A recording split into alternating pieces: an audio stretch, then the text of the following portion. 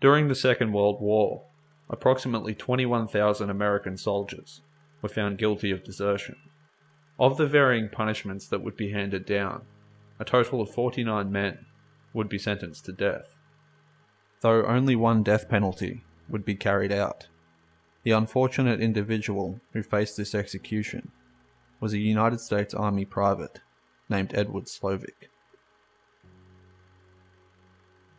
Born in Detroit, Michigan on February 18, 1920, Edward Slovik was known to have had frequent run-ins with the police during his adolescence, first being arrested at the age of 12. Between 1932 and 1937, he would be arrested several more times for a range of different offences that included petty theft, breaking and entering, and disturbing the peace. In October of 1937, Slovik was sent to prison before being paroled in September of 1938. In January of 1939, he would be sent back to prison after stealing and crashing a car with two friends while intoxicated. In April of 1942, Slovik was once again paroled, and he soon met a woman named Antoinette Wisniewski, whom he would marry on the 7th of November, 1942. During this period, America's military draft was in full effect, though Slovik's criminal record would classify him as unfit for duty on moral grounds. However, as the US Army faced manpower shortages, there would be a relaxation of entry standards. Consequently, Slovik was reclassified as fit for service and drafted into the Army on January 3rd, 1944. After completing basic training, Slovik would be shipped out with other replacements, destined to join the fighting in German-occupied France. Upon arriving at Omaha Beach on the 20th of August 1944, he would be assigned to Company G of the 109th Infantry Regiment of the 28th Infantry Division. While in transit to join his newly assigned unit near Elbeuf, France, Slovik and a fellow replacement he had befriended, named John Tankey, were forced to take cover during a German artillery barrage. This led to the pair being separated from their detachment, who unknowingly moved on without them the following morning. The pair next encountered a Canadian military police unit attached to the 12th Canadian Infantry Brigade, and they remained with the outfit for the next 6 weeks. On October 7, 1944, Slovik and Tankey decided it was time to return to their unit, hoping to avoid being permanently branded as deserters. They next proceeded to approach American military police who were stationed nearby and explained how they had originally become separated from their unit, before being provided transportation to rejoin the 28th Infantry Division. Upon their return, Slovik told his company commander that he was too scared to serve on the front line, and requested reassignment to a rear area outfit.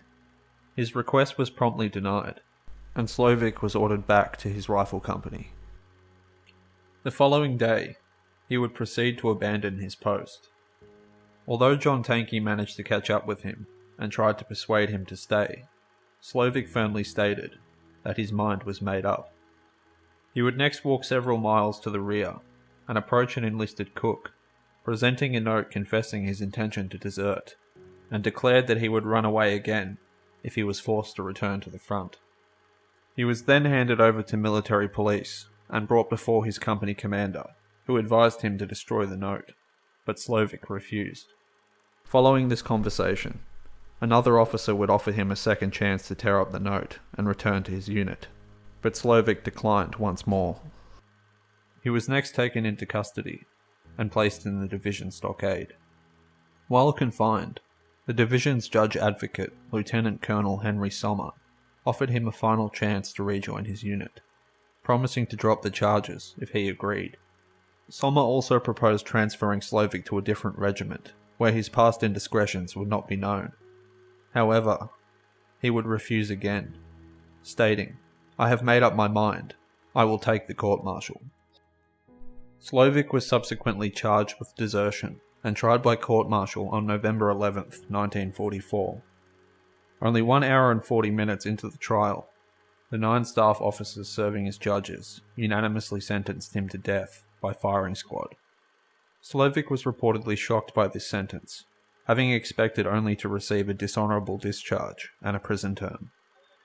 On the 9th of December, he would write a letter to Supreme Allied Commander General Dwight D. Eisenhower, pleading for clemency, though no leniency would be granted, with Eisenhower confirming his execution order on the 23rd of December, noting that the sentence was necessary to discourage further instances of desertion. Prior to his execution, the defiant Slovik would state the following: "They are not shooting me for deserting the United States Army. Thousands of guys have done that. They just need to make an example out of somebody, and I'm it, because I'm an ex-con. I used to steal things when I was a kid, and that's why they are shooting me. For the bread and chewing gum I stole when I was 12 years old."